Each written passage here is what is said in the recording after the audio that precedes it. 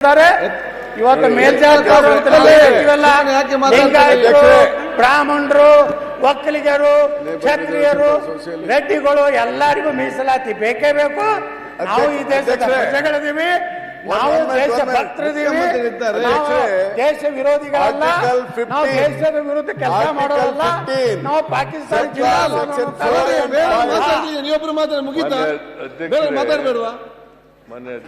ಅಧ್ಯಕ್ಷರ ಮುಖ್ಯಮಂತ್ರಿಗಳಿಗೆ ವಿಚಾರ ಹೇಳ್ತಾರೆ. ಪಾರ್ಟಿಕಲ್ ತಕಬಂದು ಹೊಸ್ತಾ ಸೇರಿಸಿದ್ರು. ಎಕನಾಮಿಕಲಿ ವೀಕರ್ ಸೆಕ್ಷನ್ಸ್ ಅನ್ನೋದನ್ನ ಹೊಸ್ತಾ ಸೇರಿಸಿದ್ರು.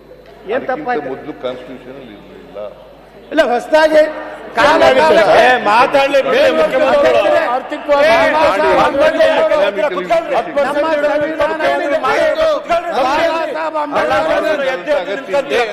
ಸ್ಪಷ್ಟವಾಗಿ ಹೇಳಿದ್ದಾರೆ.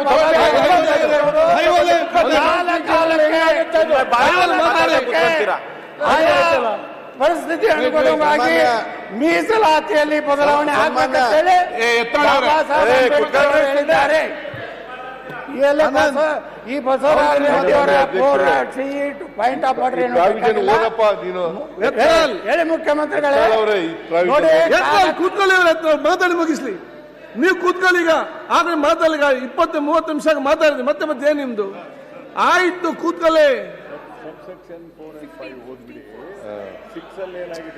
ಆಯ್ತು, 103ನೇ ಅಮೆಂಡ್ಮೆಂಟ್ ಮಾಡಿದ್ದಾರೆ. ಸಬ್ಸೆಕ್ಷನ್ 4 and 5 ಬಡತನ ಇದೆ ಅಧ್ಯಕ್ಷರೇ.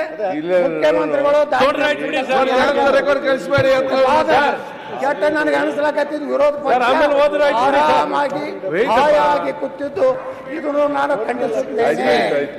Nothing in this article.